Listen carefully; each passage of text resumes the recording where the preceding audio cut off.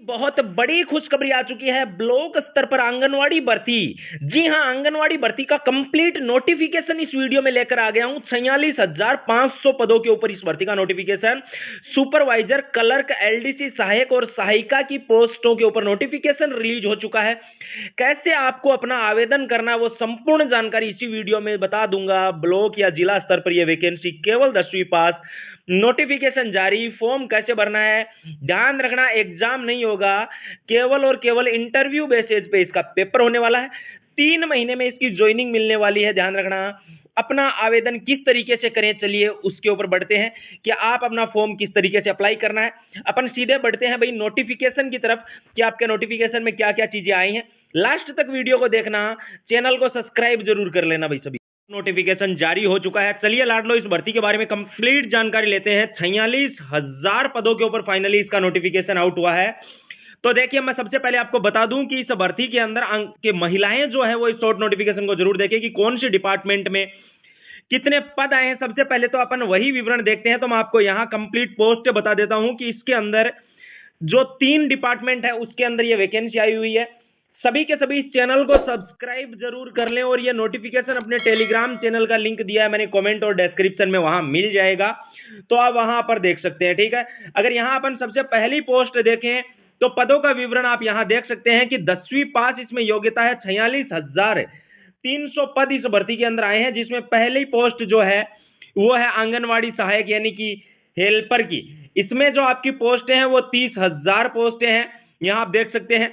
आंगनवाड़ी कार्यकर्ता यानी कि जो वर्कर हैं उनके 40,000 पद, ये अलग से पद हैं, ध्यान रखना। बहुत सारे सोचेंगे, लेकिन ये मैं आपको बता दूं 80,000 पोस्टें अलग अलग डिपार्टमेंट में हैं।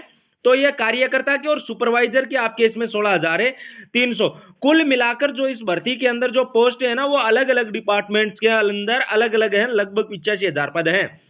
अगर बात करें इसमें आगे कि क्या इसके अंदर योग्यता होनी चाहिए, तो वो चीज आप यहां स्पष्ट देख सकते हैं कि इसके अंदर जो योग्यता होगी वो केवल और केवल 10वीं पास वाले सभी इसके अंदर अप्लाई कर सकते हैं। लेकिन कई ऐसे राज्य हैं जहां पर इसमें भर्ती के अंदर 12वीं पास उम्मीदवारों को प्राथमिकता दी जाएगी, न कि 10वीं पास योग्यता। भाई योग्यता तो वही 10वीं पास है, लेकिन प्राथमिकता 12वीं पास को इसमें दी जाएगी।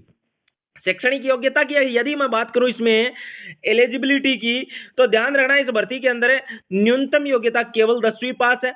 आपके पास में कंप्यूटर का बेसिक नॉलेज होना चाहिए। बहुत सारे ये सोचेंगे कि क्या RSCIT या CCC या कोई अन्य डिप्लोमा हमारे पास होना चाहिए, तो बिल्कुल भी नहीं।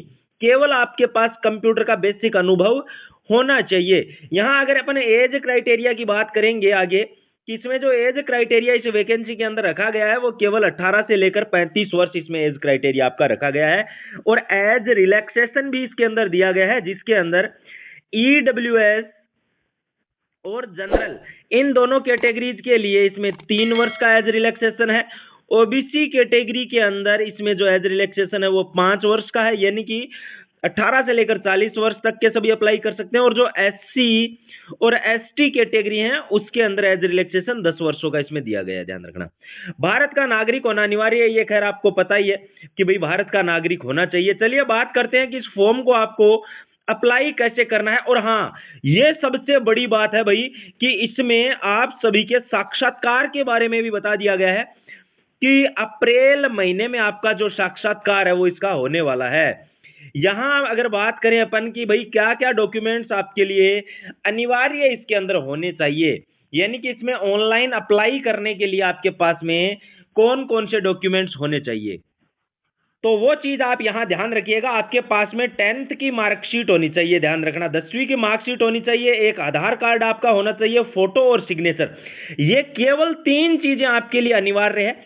आगे अपन बात करेंगे कि आपको स्टेप बाय स्टेप इस भर्ती में कैसे अप्लाई करना है, लेकिन उससे पहले अपन पोस्टों के विवरण के बारे में समझते हैं। ठीक है ना, सबमिट करें और प्रिंट आउट यहां से निकाल सकते हैं। आवेदन भरते समय क्या ध्यान रखना है, ध्यान रखने योग्य चीजें अपन यहां पर बात करते हैं। ठीक है, तो ध्यान रखना कि सही से अपनी जन्म तारीख को आपको दर्ज करना है, जो आपकी DOB है उसको सही से।